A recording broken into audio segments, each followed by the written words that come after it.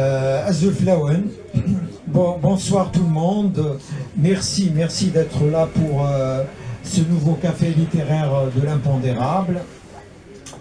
Alors aujourd'hui, j'ai l'honneur et le grand plaisir de recevoir mon ami Samir Belatesh. Alors Samir Chicha pour les intimes entre guillemets, les anciens, oui, merci. Merci. Oui, parce que Samir a été l'un des pionniers algériens à être dans le net, dans les réseaux sociaux, sur YouTube, etc. Donc il nous vient cette fois avec un livre vraiment d'actualité, Harga, brûler les frontières, une histoire de clandestin. En réalité, il n'y a pas que cette histoire de Harga, mais comme vous le savez tous, ce phénomène a défrayé la chronique la semaine passée, donc il a secoué tout un pays. Et les gens se sont amusés à trouver les causes, mais en général, ils censurent tous les causes réelles qui sont d'abord politiques. Samir, bienvenue au Café littéraire de l'impondérable. Marhaba ici. Azul Flawen, merci beaucoup Youssef pour l'invitation et pour le bon accueil. Je salue tout le monde, bonjour tout le monde. D'abord, merci Youssef pour cette invitation. Je ne m'y attendais absolument pas parce que à la base, je ne suis pas du tout écrivain, rassurez-vous. J'ai oublié de dire que Samir est un ingénieur aussi. C'est un ingénieur en statistique. Statisticien. Voilà. Sinon, je remercie aussi Brahim parce qu'il m'a soutenu, il a été très gentil et tout. Donc ça me touche, merci beaucoup. Je suis très content d'être là parmi vous pour parler donc de ce livre, Harga, une histoire de clandestin. À mon avis, les histoires de clandestins dans un milieu de maghrébin, je pense que ça parle à beaucoup de gens. Du coup, en fait, je peux présenter... Oui, bien sûr, vas-y. Ah bah oui, bien, même... vite fait, en quelques mots. Comme tu veux. Oui, bien sûr. Ouais, en quelques mots, juste pour le présenter. En fait, ce que je voulais dire, c'est que il s'agit d'une histoire qui, personnellement, d'abord une histoire qui concerne les haragas et donc les clandestins, les brûleurs de frontières comme on les appelle, littéralement, traduction littérale, les gens qui partent de chez eux, en l'occurrence de chez nous, d'Afrique du Nord, mais pas que malheureusement, et qui traversent les frontières d'une manière illégale. Les gens ne peuvent pas partir légalement, ils partent quand même, d'une manière illégale. Souvent, ça coûte très cher, soit en argent et parfois même en vie humaine, parce que les gens ils traversent les frontières, ils traversent la Méditerranée. Il y en a qui partent par l'Atlantique, sur la face atlantique du Maroc et tout, ou de la Mauritanie et tout ça. Donc ça coûte très cher en termes de vie humaine. Ça c'est la grosse histoire qu'il y a dans le roman. C'est une histoire de clandestins. C'est des Algériens, des jeunes Algériens, et ils partent. Il y a un deuxième thème qui est abordé dans mon histoire, c'est les années 90. En fait, l'histoire, elle se passe pendant les années 90, début des années 90. C'est un peu mon cas, je pense que c'est un petit peu le cas de quelqu'un comme Youssef que je connais et de beaucoup de gens qui sont partis pendant la guerre civile en Algérie, ou la guerre contre les civils, comme l'appellent certains, qui a causé énormément de dégâts en Algérie en vie humaine. Et donc ça a créé une instabilité politique, beaucoup de morts, beaucoup de disparus. Donc les gens sont partis dans ces conditions-là. C'est ce que j'ai essayé aussi de raconter. Donc dans mon livre, il y a deux sujets qui me tiennent vraiment à cœur. C'est les clandestins, les haragas. Un peu, je me reconnais un petit peu dans ça, et les années 90, témoigner par rapport à ce qui s'est passé. J'ai voulu faire mon témoignage à moi, parce que en fait souvent j'en ai parlé avec Youssef, on a un récit de ce qui s'est passé dans les années 90 qui moi personnellement ne me convient pas, parce que je sais qu'il a été biaisé, qu'il a été géré d'une certaine manière. J'ai essayé dans le roman de corriger ça à ma façon, humblement bien sûr, ou d'apporter mon point de vue, un certain angle de vue qui fait que je remets en cause certaines théories ou certaines vérités qu'on a essayé de nous imposer, un certain récit qu'on nous a imposé, et moi j'ai mis des doutes. En fait, mes personnages, ils se posent des questions. On a tué Saïd Mqbel, mais on se demande qui l'a tué.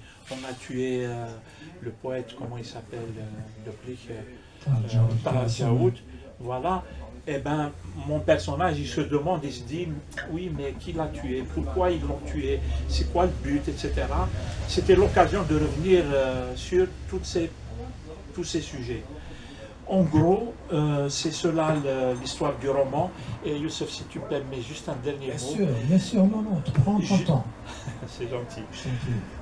Juste un mot, parce qu'en fait, ce roman, je ne peux pas passer sans le dire. C'est aussi un hommage à un copain. C'est un copain qui est mort il n'y a pas longtemps. Il a mon âge, un ami intime, avec qui j'ai grandi. C'est un voisin. C'est quelqu'un de très gentil. En fait, le personnage lui ressemble beaucoup. C'est pas tout à fait son histoire parce que j'ai modifié la chose en faisant un roman et tout. Donc, j'ai modifié le parcours et tout ça parce que c'est sa vie privée. Je ne veux pas l'étaler sur la place publique. Par contre, c'est franchement à lui que je pensais quand j'avais écrit ça déjà en 2015. Parce que j'avais écrit cette histoire en 2015. Je l'ai abandonnée, je l'ai reprise il y a quelques mois. C'est un ami, quelqu'un de très gentil. Ou heblour, comme on dit chez nous. En fait, pendant les années 90, il avait 20 ans, 22 ans, c'était le même âge que moi. Il est parti à l'armée, et là, en fait, le gars, il n'a pas supporté la guerre qu'on lui a fait subir. Il n'a pas voulu prendre les armes et tirer sur les gens.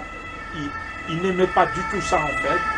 C'est quelqu'un qui refusait de tirer sur les gens, il le disait, il comprenait très bien que ce n'était pas son truc. Et quand tu es dans l'armée et que tu as ta hiérarchie, tu leur dis non, je ne tirerai pas sur les gens. Et à chaque fois qu'on le laisse tranquille, il déserte et il fuit la caserne. Des fois, il laisse ses armes et il s'en va et tout.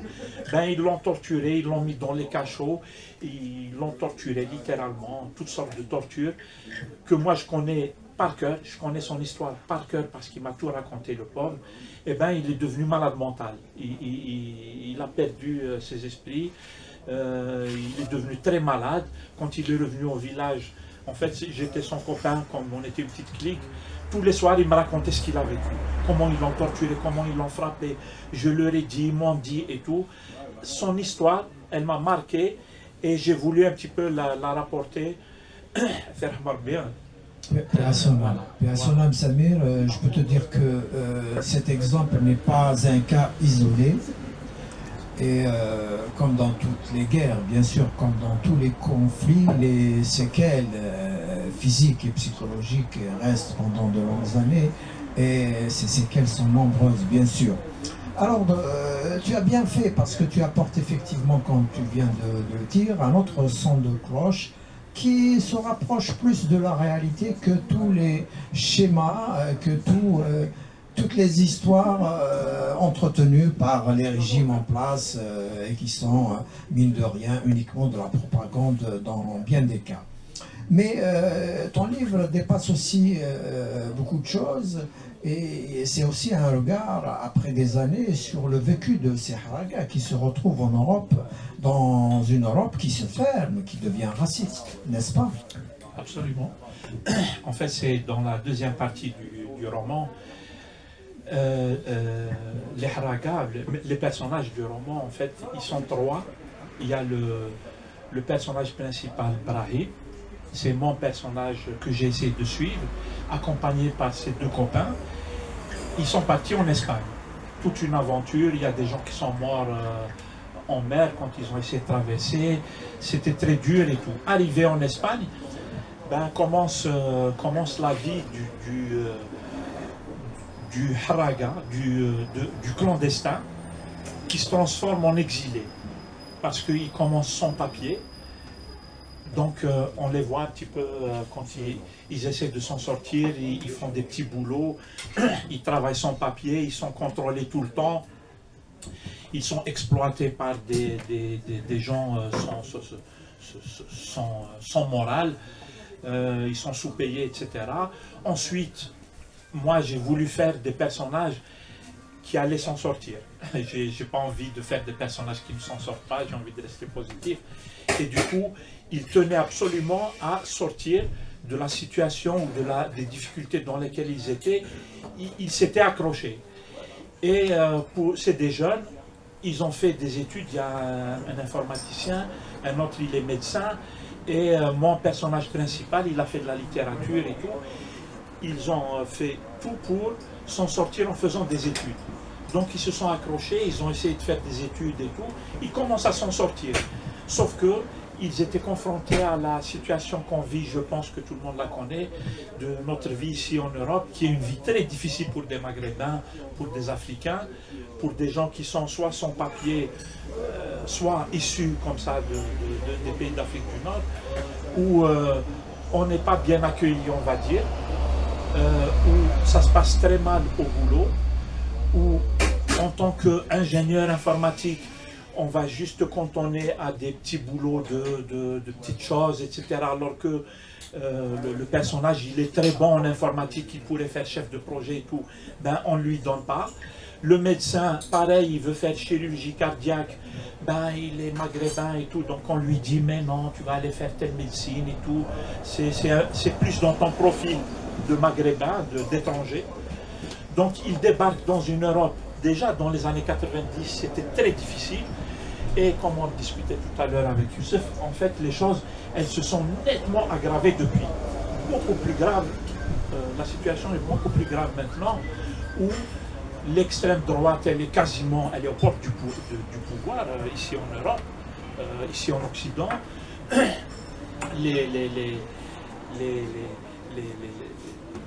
Les comportements racistes ou de rejet ou de haine, ils se sont lâchés maintenant, on les vit au quotidien en fait, c'est devenu quelque chose de normal. On peut te crier dessus dans le bus. Quelqu'un qui va te crier dessus parce que tu es un maghrébin, il va te dire ouais ceci, cela. Ton voisin, il peut te faire tout un truc où il peut appeler les flics et tout parce qu'il considère que tu es un étranger et il t'en veut parce qu'il a peur de toi, parce qu'à la télé on lui dit attention, les étrangers, ils sont dangereux, etc. Donc, les Haragas, ils sont venus, pour revenir à la question, ils sont venus avec un espoir, etc. Et ils arrivent ici, en fait, ils mènent une vie qui est très très difficile, contrairement aux rêves avec lesquels ils sont venus. Samir, alors tu viens de dire que quand même ce phénomène de Haraga s'est un peu transformé vu les situations des pays d'Afrique du Nord. Et vu la situation aussi en Occident, déjà, il y a des pays aussi d'extrême droite déjà qui dirigent. L'Italie est un pays géré par l'extrême droite, par exemple. La France, ça va venir, les États-Unis, ça va venir. Hier à Londres, il y a eu plus d'1 million de personnes qui sont sorties, donc insulter les étrangers. Et donc, tous les risques sont possibles aujourd'hui dans cette Europe, que malheureusement on continue à voir comme un Eldorado dans les pays d'Afrique du Nord. Comment est-ce qu'on peut expliquer ça, Samir? Une très bonne question à mon avis, surtout que je pense qu'il est mort, c'est pas grave. Surtout que en fait le phénomène des clandestins, je pense, à mon avis, d'après ce qu'on observe depuis au moins une vingtaine d'années, pour parler de mémoire d'homme, c'est-à-dire de ma petite vie, en observant comme ça, les gens ils sont partis parce qu'ils fuient souvent, ils fuient la guerre, ils fuient la famine, ils fuient les situations où on ne peut absolument pas survivre en fait, c'est où il n'y a pas de travail, où les gens, je sais pas, les gens qui fuient par exemple des régions du Mali, de certaines régions d'Afrique, ils fuient des situations, on comprend en fait, c'est-à-dire c'est naturel, les gens ils doivent survivre, ils doivent faire vivre leur famille, ils doivent nourrir leur maman ou leurs enfants, etc. Ils fuient des situations très difficiles. Mais on voit aussi, spécialement concernant l'Afrique du Nord, un pays comme l'Algérie, les gens sont en train de fuir en masse et dans des conditions très difficiles, alors que la situation, elle n'est pas... c'est-à-dire les gens ne fuient pas la guerre, les gens ne fuient pas une famine. tu vois. Du coup, la question, elle est très très importante. À mon avis, ça nécessite beaucoup de travail pour comprendre ce qui se passe. Moi, je ne ferai pas le spécialiste parce que, voilà, je pense qu'il faut laisser les spécialistes, il faut les inciter, les spécialistes, à se pencher sur la question. Je reprendrai juste une petite phrase que j'ai entendue chez un journaliste que probablement tu connais, qui s'appelle Slimane Boussoufa, qui a fait un petit reportage sur les haragas, et il explique par rapport au phénomène ou par rapport aux faits divers qu'on a vu la semaine dernière. Les petits jeunes, là, ils sont 5 jeunes, ils ont 14-15 ans, ils ont fait une fugue de la côte algérienne vers l'Espagne, et ils ont volé un petit bateau de plaisance et ils sont partis. Ben, toute l'Algérie parle de ça parce qu'ils ont tout filmé, tout a été suivi sur TikTok en direct. Arrivés là-bas, ils ont contacté leurs amis au bled et ils ont fait des lives sur TikTok suivis par des dizaines de milliers de personnes en direct, où ils expliquaient comment ils ont fait, avec quelle boussole ils sont partis. Les petits jeunes au bled, ils leur disent: ouais, expliquez-nous comment vous avez fait, c'est quelle boussole, quelle application, comment vous avez fait pour réussir vos trucs. Toute l'Algérie parle de ça. Et vous savez quoi, Youssef, peut-être toi ça t'a choqué, tu disais tout à l'heure, la plupart des jeunes, la plupart des Algériens, ils ont applaudi la chose. Tout le monde était content.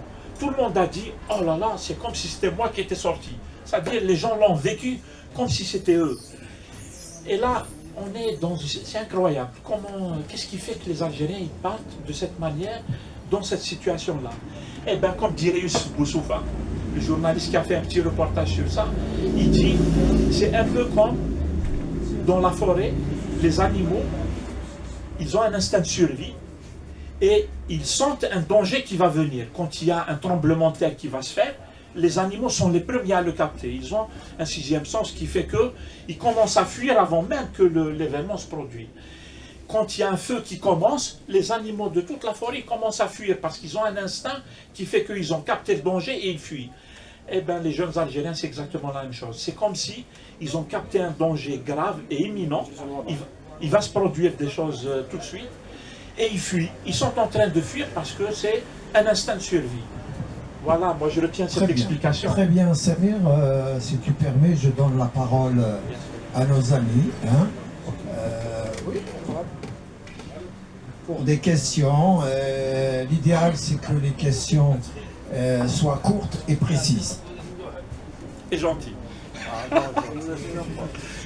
Samir Belatesh, مرحبا يسيك au café littéraire de l'impondérable, un café littéraire d'Oura quasi légendaire de notre ami Youssef Zirem. J'avoue, tu nous as surpris avec ce livre. D'abord, je te rends hommage parce que c'est vrai que tu es, on peut dire, à l'avant-garde des réseaux sociaux. Tu as toujours été là. Oui, l'un des premiers à avoir un site internet, voilà. Et alors, en lisant ton livre, c'est vrai, j'ai été surpris et j'ai senti comme une urgence d'écrire. Alors, ton livre se dresse comme un témoignage. Alors, justement, je voudrais savoir comment est née justement cette idée d'écrire, que moi j'ai senti comme une urgence. Je pense que tu peux le dire. Merci beaucoup, Brahim. Brahim a été très gentil avec moi. Il faut voir comment il m'a soutenu et encouragé. Franchement, je tiens à le dire et de le dire, et je le redirai encore à chaque fois. Pour répondre à la question, en fait, les sujets abordés dans mon roman, du moins, moi je le vis comme ça. Hein. Ce sont des sujets qui sont vitaux pour moi. C'est-à-dire l'exil. Moi, personnellement, c'est-à-dire il y a un avant et un après exil.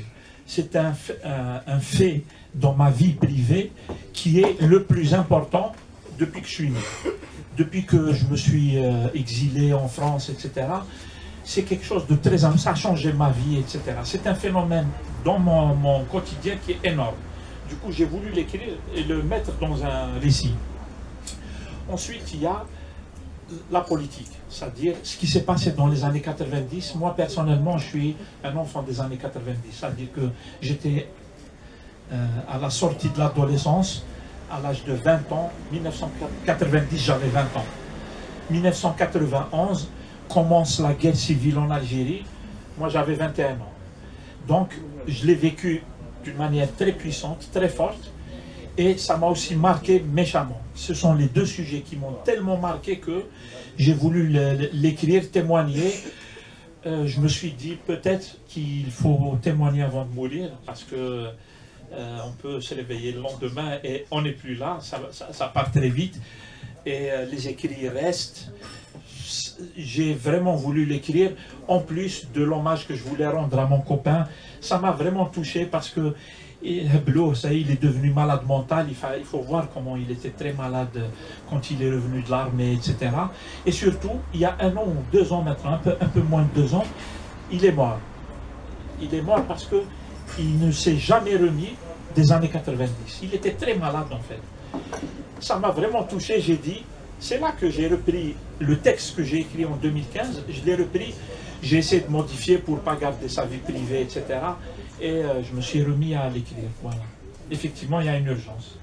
Un citoyen informé, ou le plus informé possible, est un citoyen positif, j'allais dire. Non, le régime algérien, je pense que Youssef connaît mieux que moi le sujet, le régime algérien, il n'a pas d'idéologie. C'est une dictature sans aucune idéologie. Ils ont une seule idéologie, ce n'est pas si on peut appeler ça une idéologie, c'est la rapine. C'est-à-dire que ce sont des gens qui occupent des postes de pouvoir et qui s'enrichissent à partir de là. Point barre. Ils ne sont ni de gauche ni de droite, ils n'ont pas de vision du monde, ils ne savent pas comment gérer la situation. Regardez où est-ce qu'ils ont mis le bled. Si c'était des gens qui avaient une idéologie, une vision du monde et tout, on n'en serait pas là. Ils auraient des solutions, même si on ne les partage pas et tout, mais là, regardez, ils n'arrivent même pas à mobiliser un ministre, ils n'arrivent même pas à mobiliser un premier ministre et tout, parce qu'en fait, c'est des gens, ils n'ont pas de vision du monde. Ils n'ont pas de vision du monde, tout simplement. Et je pense qu'à l'échelle internationale, tous leurs partenaires à l'échelle internationale le savent, malheureusement. D'autres questions? D'autres interventions? Oui, vas-y.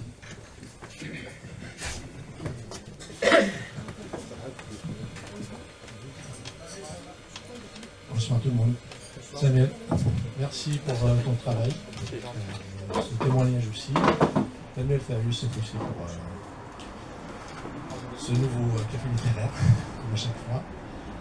Samuel, tu as parlé de ce flux de Haraga qu'on a du mal à stopper. Hein. Tu as parlé de jeunes, de moins jeunes peut-être, de plus jeunes, je ne sais pas. Chini qui dans les statistiques. Voilà dans la catégorie de. Est-ce que tu as vu, tu as analysé la catégorie de ces jeunes qui fuient le pays? Est-ce que c'est des scolarisés? Est-ce que c'est des enfants qui ont décroché? D'une. De deux, l'impact des réseaux sociaux. Tu as parlé de TikTok. Donc l'impact des réseaux sociaux sur les enfants, donc ils voient ça. Eldorado peut-être, comme l'a dit tout à l'heure, sur des photos. Quoi d'autre? C'est ça, c'est suffisant. Les 2 points déjà suffisent. On peut reprendre après, oui.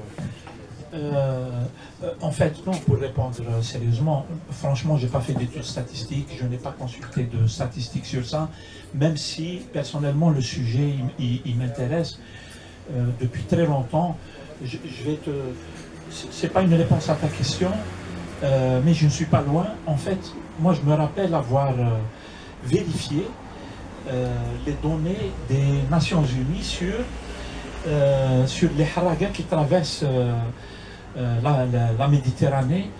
J'ai été horrifié. En fait, moi, j'ai observé ça à ma manière. Hein. En fait, j'ai vu des cartes qu'on peut retrouver, il me semble. Jusqu'à maintenant, elles sont disponibles. Des cartes sur les sites des Nations Unies et des organismes européens qui s'occupent de ça. Et on voit les zones par où traverse le plus de haragas pour traverser la Méditerranée. Et j'ai vu les cartes où on mettait des points rouges là où on a recensé des morts. Et mes amis, il faut aller les voir, les cartes là, où tu vois une partie de la Méditerranée, elle est rouge. Notamment la partie ouest, côté Wahram, etc., vers l'Espagne. Et par ailleurs, on voit la même chose du côté tunisien, c'est-à-dire que entre la Libye et la Tunisie et le sud de l'Europe, comme l'Italie ou la Grèce, c'est une zone rouge comme ça. C'est-à-dire qu'ils ont mis un point rouge là où il y a un mort. Et en fait, c'est devenu un bain de sang. Un bain de sang. Ça, c'est la mer Méditerranée en rouge. Et il faut rajouter qu'il y a une autre zone aussi qui est très très méchamment touchée. C'est en face des côtes mauritaniennes, vers les îles Canaries, etc. C'est une zone aussi où il y a énormément de morts. Et je pense que c'est encore pire que ce qui se passe en Méditerranée. Et on en parle beaucoup moins. Parce que c'est loin. On parle plus de ce qui se passe en Méditerranée qu'un petit peu dans le sud du Maroc, etc. C'est un petit peu loin. Ça concerne les Sénégalais, toute l'Afrique de l'Ouest. Les gens, là, ils vont dans ce coin. Moi-même, j'ai vécu ici à Paris. J'ai connu des gens qui viennent ou du Sénégal ou de Mauritanie et tout, qui m'ont raconté des scènes de haraga horribles. Horribles. Ils partent dans des pirogues ou dans des petits bateaux et ils sont une centaine sur un bateau et ils meurent tous. Tu vois, il se passe des choses qui sont horribles dans cette région-là. Donc, moi, je n'ai pas de statistiques comme tu le demandais avec maintenant des jours. Voilà, en fait. Sinon, je pense qu'il est très facile de deviner que actuellement, ou plus on avance dans le temps, tout le monde est concerné. Tout le monde est concerné. Les médecins partent, les ingénieurs partent, les jeunes étudiants, ils partent. En fait, ce qui se passe, c'est que tous ceux qui peuvent partir, ils partent, tout simplement. Et tous ceux qui ne peuvent pas prendre de visa, ils ont les moyens, ils partent ils payent Seria. Tout le monde connaît ce que c'est que Seria. Les petits bateaux qui font 4-5 heures ou 6 heures pour aller d'Alger à Alicante ou un truc comme ça, et ils payent 100 millions, 150 millions, ça dépend des gens. Dès que les gens, ils ont l'argent, ils ne peuvent pas prendre de visa, ils partent. Voilà ce qui se passe, tout le monde s'en va, y compris des malades. Moi j'ai vu des gens ils sont étalés dans une barque, avec le sérum, etc. Le papa, il embarque son fils vers l'Italie pour aller le soigner, il ne peut pas le soigner en Algérie, il ne peut pas prendre de visa pour l'emmener en Europe, ben, il paye 100 millions et il prend son fils attaché à un sérum, etc. et il l'embarque dans une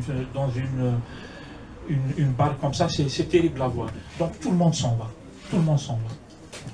L'impact des réseaux sociaux, c'était la deuxième question.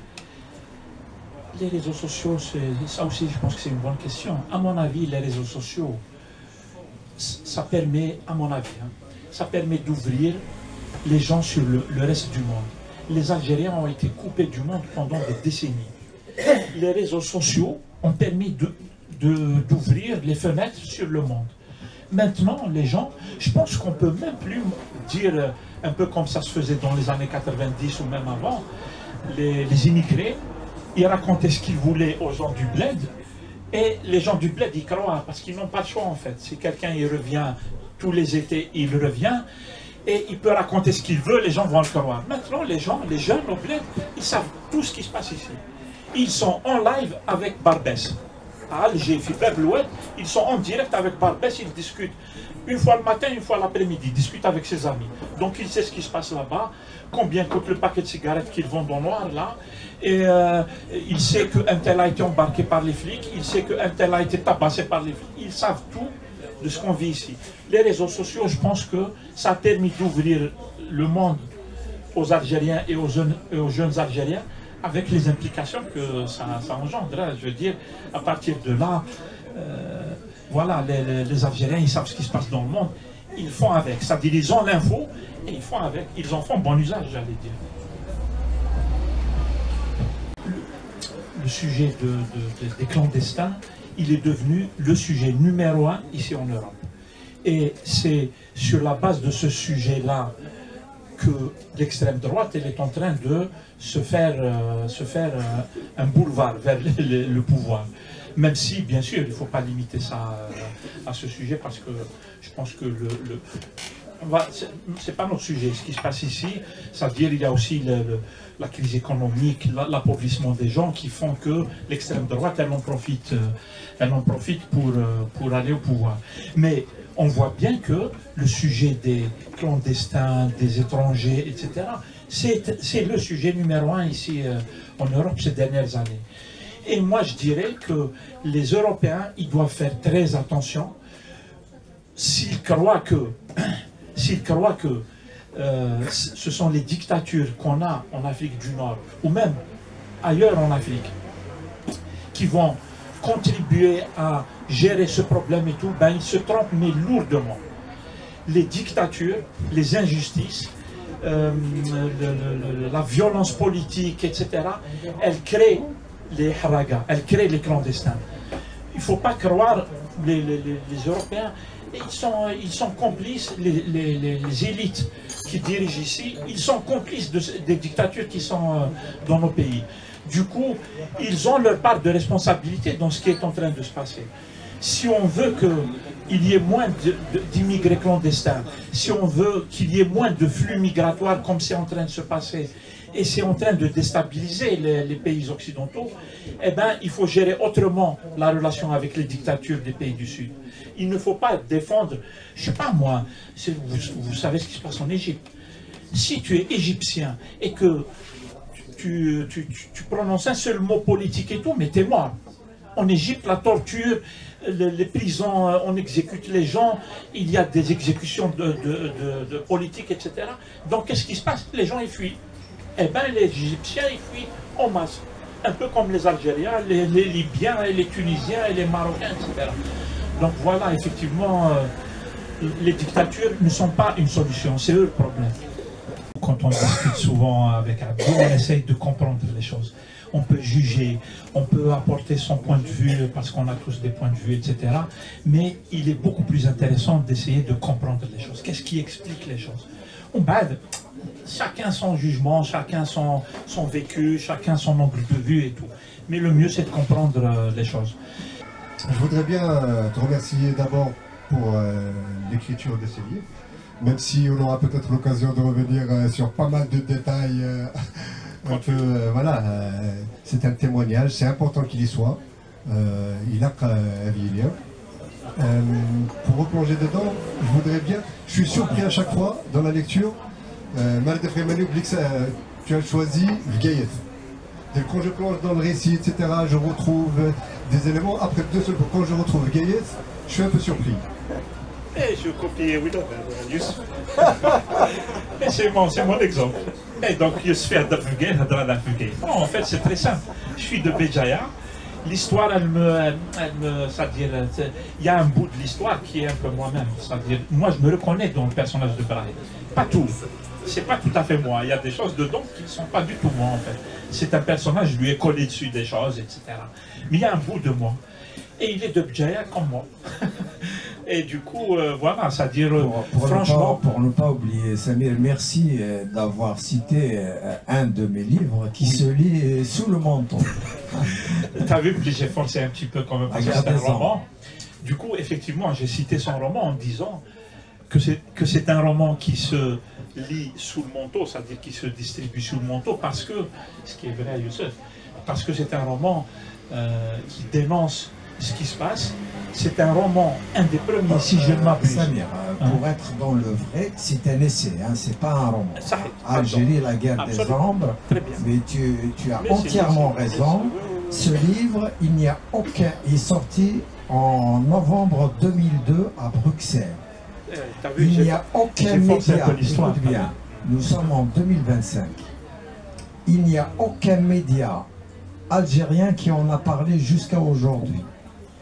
Il n'y a qu'un seul journal français qui en a parlé, alors que j'ai fait une conférence de presse au Café des éditeurs près d'Odéon, et que mon éditeur belge a donné le livre à tous les médias de France. Alors tous les journaux, toutes les radios, toutes les télévisions. Le seul article qui est paru dans le quotidien économique à l'époque, La Tribune, a été écrit par un ami, Akram Belkaïd, qui est rédacteur en chef aujourd'hui. Et qui est journaliste très honnête, il faut le dire. Du monde diplomatique. Oui. Donc oui. vous voyez, donc le copinage. C'est pour ça que je existe l'ai cité le roman, même si j'ai forcé un peu l'histoire. Vous voyez, mon histoire, elle se passe en 92. Il l'a écrit 10 ans plus tard, en fait. Je l'ai pris, je l'ai mis dedans en disant que le professeur d'université, d'un des personnages, en fait, il a montré à ses étudiants un livre qui explique ou qui donne un autre récit de ce qui se passe. Pourquoi? Parce que dans les années 90, on a eu droit à un récit qui a été matraqué et qui a été repris d'abord par tous les médias algériens, mais qui ne sont pas autonomes. En fait, les médias algériens, ils sont sous l'emprise des services et de la police politique, mais qui a aussi été repris par tous les médias français dominants. Le récit qui a été imposé, il a été repris ici. Moi, c'est ce que je voulais dire, en fait. J'ai repris le roman pour dire, voilà, il y a une autre lecture des événements. Il y a des questions à se poser. Il y a des liens entre le terrorisme et le banditisme et les affaires, le monde des affaires. Et la presse, elle n'est pas tout à fait indépendante. Les choses que Youssef a expliquées d'une très bonne façon, mais surtout d'une manière très courageuse.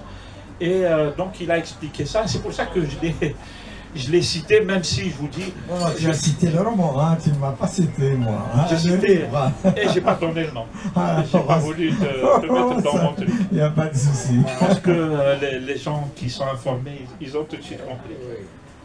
Donc voilà, effectivement, les années 90, il y a un récit, il y a une façon de dire les choses. Moi, personnellement, j'étais totalement dans ce récit quand j'étais au Bled. Parce que je m'informais sur la presse algérienne. Je ne savais même pas, ce que dit Youssef dans son essai justement, je ne savais même pas que la presse algérienne était sous contrôle. On ne les laissait pas dire ce qu'ils veulent. Ce sont des officiers des services qui rédigeaient les choses les plus importantes à diffuser. Et en fait, moi, quand je suis arrivé ici en France, c'est ce que je dis un petit peu aussi dans le roman, c'est-à-dire qu'on se sent libre en fait.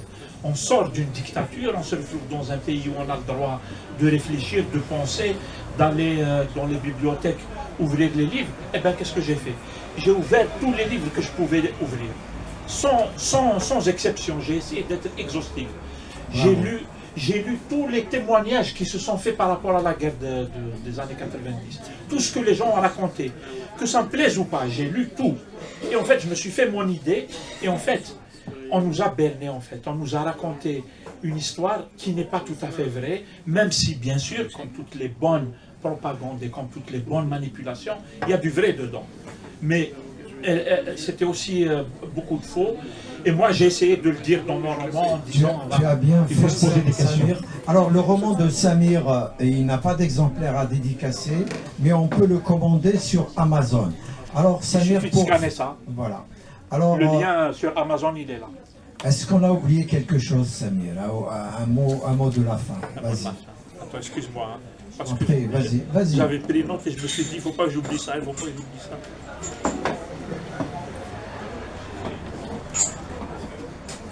C'est tout, c'est tout, on a tout dit.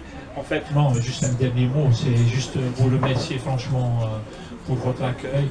Youssef, bravo pour ce que tu fais et bravo pour le fait de tenir aussi longtemps en fait. Je pense pas qu'il y a beaucoup de gens qui ont fait ça. Ça restera dans l'histoire. Et puis merci aux gens de l'impondérable. Ils ont une bonne eau et une bonne santé. Donc, merci beaucoup. Merci tout le monde, à la semaine prochaine.